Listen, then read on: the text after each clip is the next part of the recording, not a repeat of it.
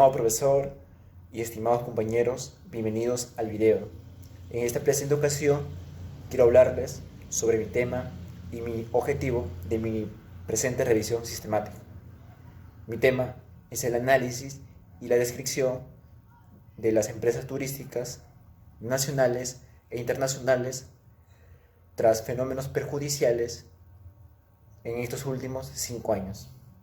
Mi objetivo es el de analizar y describir las empresas turísticas, como dije, tras fenómenos perjudiciales, como por ejemplo, recordemos en el Perú, en el año 2017 fue el fenómeno del niño costero y también la actual pandemia mundial, la COVID-19, que ha dejado paralizado por un largo periodo de tiempo a las empresas turísticas. También cabe resaltar que para realizar cualquier análisis es de vital importancia, es de mucha importancia tener en consideración el aspecto del turismo a un nivel mundial, a un nivel global, ya que esto tiene gran repercusión en nuestro turismo nacional, en nuestro turismo peruano, ¿sí? Entonces también, si bien recordemos, en el año 2017 no fue tanto el impacto que tuvo el fenómeno del niño costero como lo tiene ahora la actual pandemia del COVID-19. Aunque sí, estas dos han dejado en parálisis, han afligido, en pocas palabras, han devastado a las empresas turísticas, al sector económico.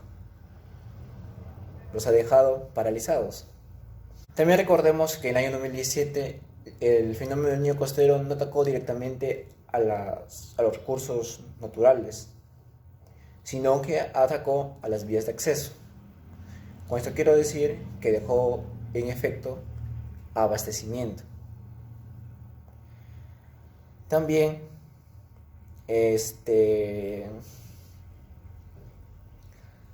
los turistas prefirieron quedarse en casa.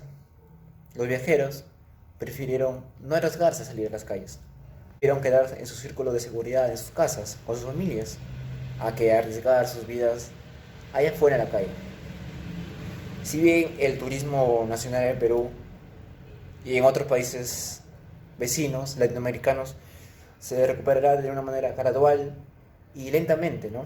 Pero todo lo que hemos conocido hasta el día de hoy ya no será lo mismo.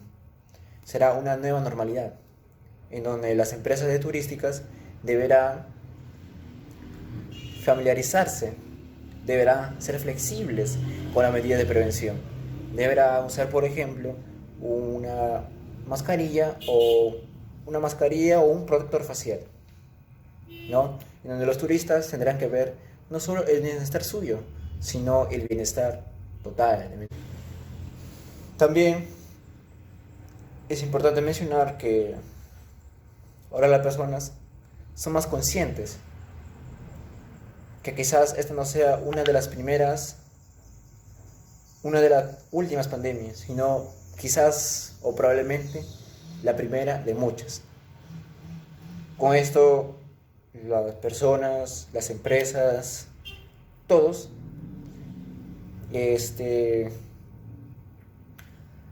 como dije anteriormente, son más conscientes y pues ya no realizarán las antiguas formas de viajar, las empresas, sino que adaptarán unas medidas sanitarias, medidas de prevención, que les ayudará mucho a todos. Y al final, las personas quieran salir a vacacionar, quieran salir a viajar, quieran salir a veranear, quieran salir a consumir en lugares públicos. Y ahí las empresas turísticas ya estarán listas, ya estarán preparadas. Gracias. Y bueno, doy paso a mi compañera Marcela. Continuando con la exposición, hablaré acerca de nuestro paper, el cual lleva como título Aplicación de las políticas fiscales y monetarias brindadas por el Estado en la Academia Preuniversitaria Miguel Grau para la recuperación de su capital líquido.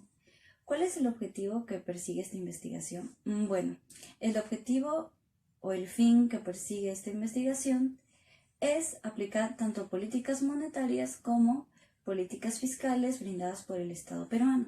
Para ello, primero se analizará la situación financiera de la empresa preuniversitaria Miguel Grau, comparando de esta manera el estado de resultados tanto del año 2019 como del año 2020. Todo esto para conocer y comprender la situación actual de dicha empresa, que se ha visto afectada por la recesión económica que sufre nuestro país debido a la crisis sanitaria COVID-19. Para comprender mejor el objetivo que persigue esta investigación, primero debemos aclarar los aspectos básicos en los que se fundamenta. Para ello, analizaremos términos como crisis económica, recesión económica, políticas fiscales, políticas monetarias y Reactiva Perú. Los primeros términos a analizar serán crisis económica y recesión económica. El Perú comparte con las otras economías latinoamericanas un conjunto de características estructurales básicas y un pasado en común. Y aunque la mayoría de países latinoamericanos, o mejor dicho, todos los países latinoamericanos se han visto afectados por la crisis sanitaria, que a su vez ha dado paso a una crisis económica, el actuar de cada país ha sido de manera distinta. Por ello, hoy nos preguntaremos ¿qué es una crisis económica? Una crisis económica es un gran desbalance entre la oferta y la demanda, lo que en consecuencia trae consigo un ciclo de inactividad total o parcial de los sectores productivos y del proceso económico. Ahora nos preguntaremos ¿qué es una recesión? Carmen Dávila y Beatriz González consideran que una economía entra en recesión cuando ha experimentado una disminución del Producto Bruto Interno en dos trimestres consecutivos. Además, añaden que las crisis económicas con frecuencia son precedidas por crisis financieras, que aumentan el desempleo y el empobrecimiento de las familias. Esto se ha visto evidenciado en nuestro país, ya que muchas personas han perdido su empleo y se sabe que la pobreza extrema ha aumentado. Si contrastamos estos conceptos con la realidad peruana, llegamos a la conclusión de que efectivamente nuestro país está atravesando una etapa de crisis y recesión económica, porque ha experimentado una disminución constante del PBI. Por ejemplo, en el primer trimestre del año 2020, a precios constantes del año 2007, se registró una disminución de menos 3,4%, explicado por la contracción de la demanda interna de menos 1,8%, y el comportamiento negativo de nuestras exportaciones de menos 10,1%. Además, en el segundo trimestre se registró una contracción de menos 30,2%, explicado por la disminución de la demanda interna de menos 27,7% y un comportamiento negativo de nuestras exportaciones de un menos 40,5%. Los siguientes términos a explicar son políticas monetarias y políticas fiscales. A raíz de la recesión económica que sufre nuestro país, el Estado peruano, en busca de disminuir el impacto económico y aumentar el nivel de actividad económica, aplicó políticas fiscales expansivas. Un ejemplo de ello es el aumento en el gasto para el sector salud, lo cual se ve evidenciado en las mejoras del diagnóstico del virus, compra de equipos hospitalarios y construcción de hospitales y clínicas. También se brindó ayuda temporal a los ingresos de los hogares vulnerables. Esto se evidenció en la entrega del bono por parte del Estado a las familias de bajos recursos económicos. También se aplicó políticas monetarias expansivas. Un ejemplo de ello es la facilitación de liquidez al sistema bancario, disminuyendo significativamente la tasa del encaje legal y también el interés de los préstamos. Otro ejemplo más de política monetaria expansiva aplicada por el Estado peruano es el lanzamiento del programa Reactiva Perú, una iniciativa del gobierno nacional para que las empresas cumplan con sus responsabilidades económicas. Dicho programa cuenta con 30.000 millones de dólares que se pondrá a disposición crediticia y se podrán beneficiar tanto empresas pequeñas como las grandes empresas. Continuando con la exposición, vamos a ver cuáles serían las posibles preguntas que se daría en la entrevista a los dos profesionales. Tenemos por un lado al profesional contador público egresado de la Universidad de la Católica de Lima, al contador Jorge Castro Cárdenas. La pregunta sería la siguiente: ¿cuál cree que ha sido el mayor desafío que se ha sometido la profesión contable o que ha enfrentado la profesión contable ante esta nueva crisis sanitaria que estamos viviendo del COVID-19? Es importante recalcar de que en la profesión contable tiene un método dialéctico que siempre está cambiando con el pasar de los años, que las normas, las leyes, los principios no son los mismos que son ahora o los que han sido años atrás.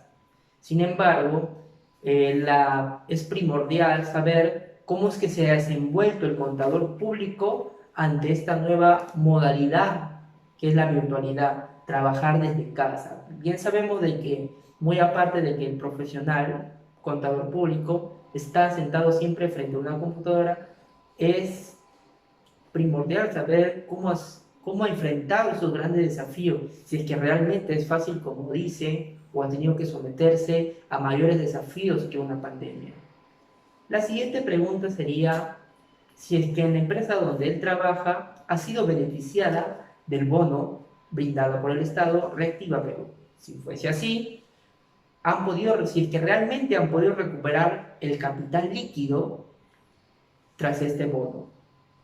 Bien sabemos, como ya lo mencioné en la pregunta, este bono ha sido brindado por el Estado para las pequeñas, las grandes y las medianas empresas.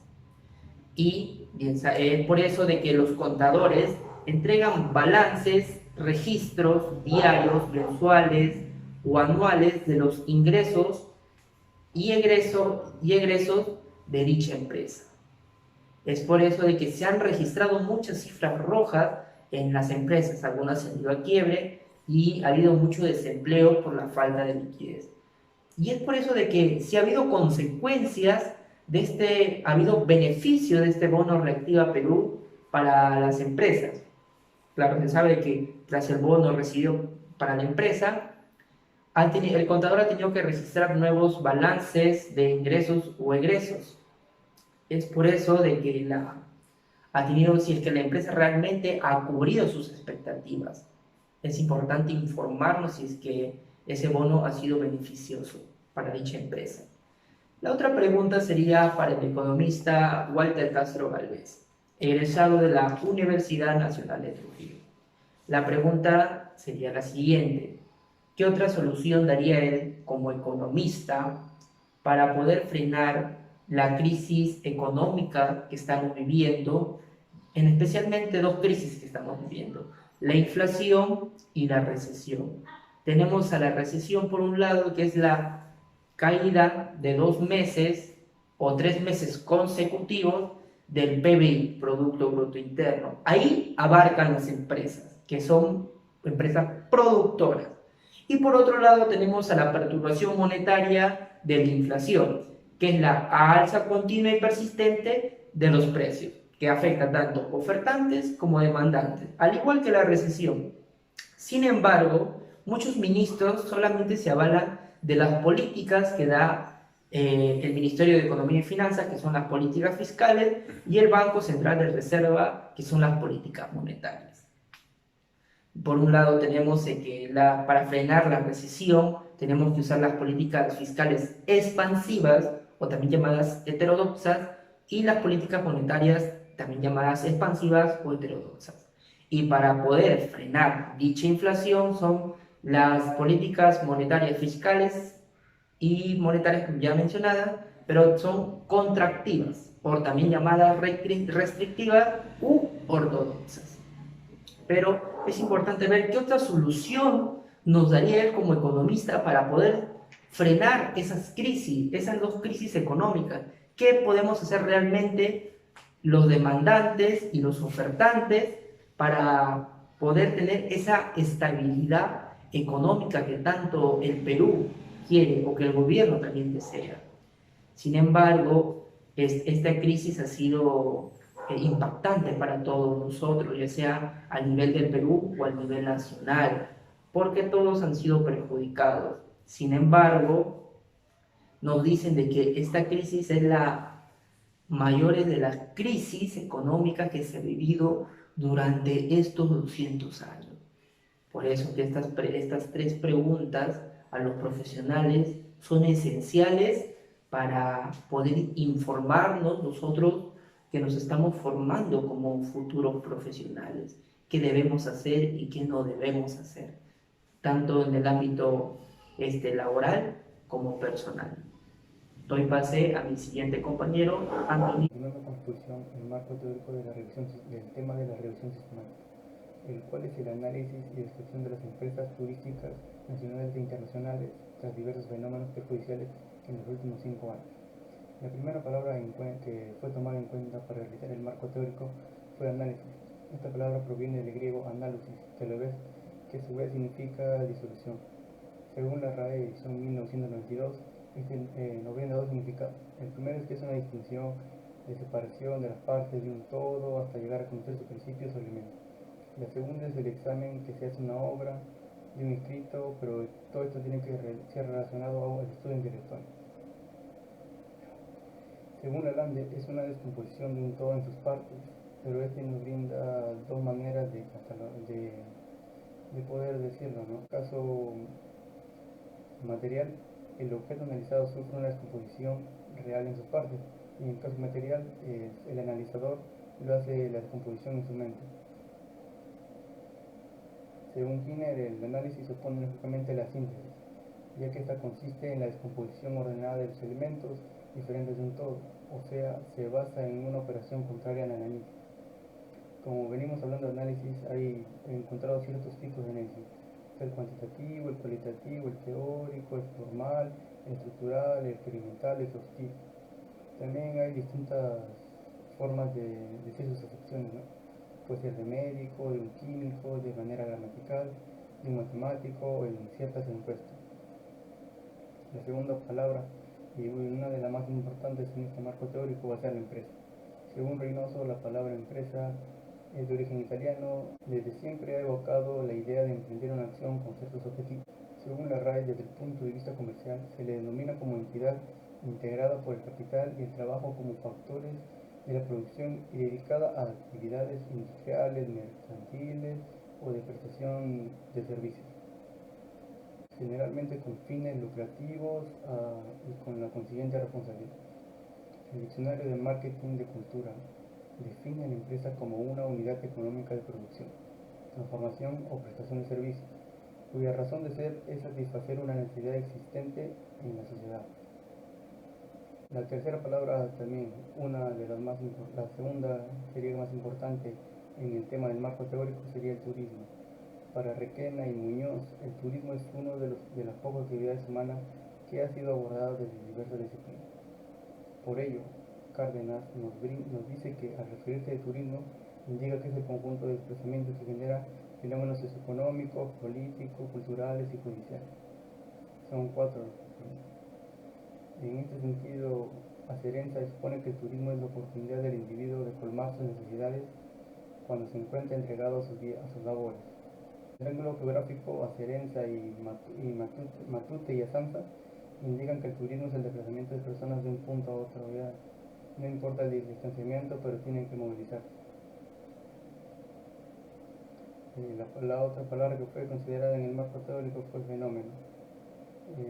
La RAE nos dice que podemos definirlo de una manera que es cualquier comunicación que exista en la conciencia elemental y aparezca como elementos de su percepción. Sin embargo, Ortiz menciona fenómenos económicos y toma como ejemplo los ciclos económicos.